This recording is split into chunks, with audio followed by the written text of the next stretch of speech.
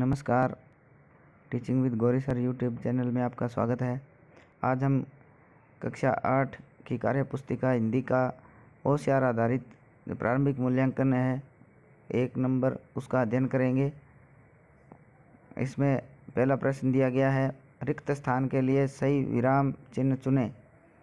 रिक्त स्थान है उसके लिए विराम चिन्ह चुनना है। तो क्या यह बात सही है कि ऊँट अपने कुब्बड़ में पानी रखते हैं? इसके लिए जो रिक्त स्थान है इसमें जो सही उत्तर आएगा वो 1 नंबर पे प्रश्नवाचक चिन्ह आएगा, क्योंकि ये प्रश्न पूछ रहा है। प्रश्न नंबर 2 है, इसमें लिखा है सही शब्द चुनकर दिए गए वाक्य को पूरा करें। सही शब्द चुनना है। सुबह उठकर कसरत करना मेरी का भाग है। यहाँ 4 विकल्प दिए गए हैं, उसमें से जो अपना 1 नंबर का जो विकल्प है वो सही है, दिनचर्या। दूसरे नंबर का विकल्प दिया है दिनरचया, ये गलत है। तीसरा है दीनरचया, ये भी गलत है।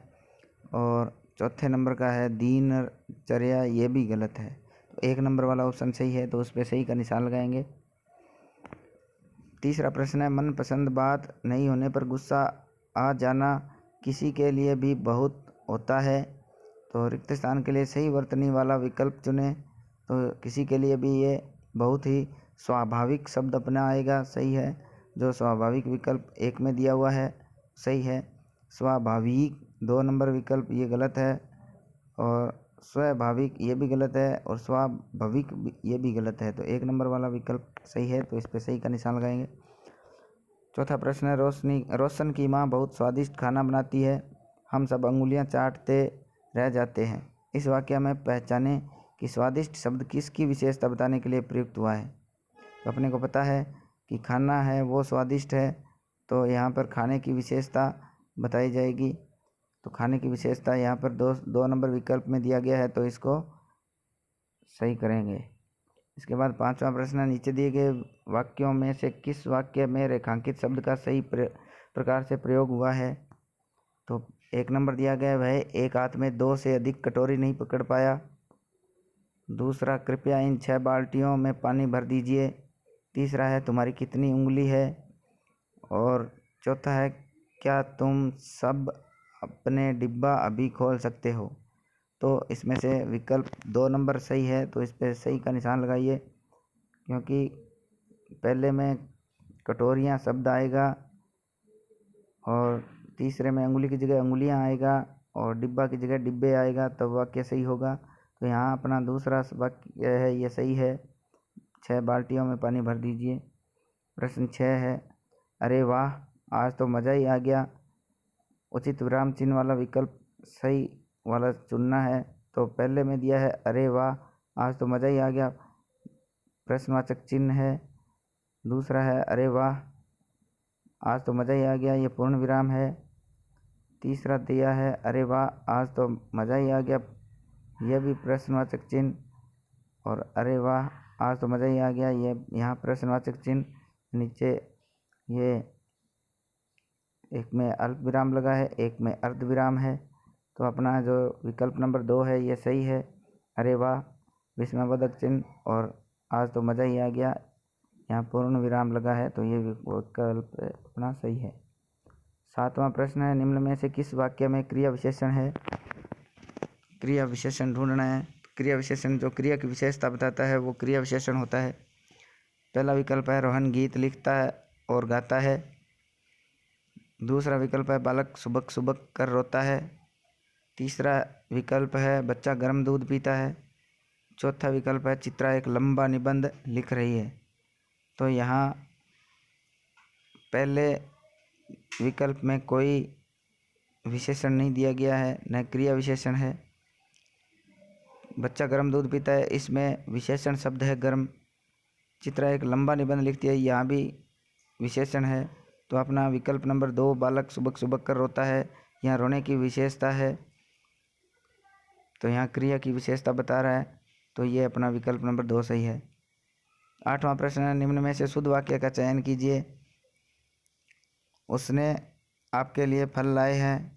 उसने आपके लिए फल लाया है, वह आपके लिए फल लाया है, या वह आपके फल लाया है। तो यहाँ विकल्प नंबर 3 सही है, वह आपके लिए फल लाया है, बाकी सब गलत है। 9वां प्रश्न है, सेलेना एक विज्ञान की पाठ्यपुस्तक, ट्विंकल कॉमिक्स की श्रृंखला, एक क्रिकेट बैट, अंग्रेजी शब्दकोश और वीडियो गेम खरीदना चाहती है। इनमें से उसे महोत्सव में बिक्री के लिए क्या मिलने की संभावना नहीं है?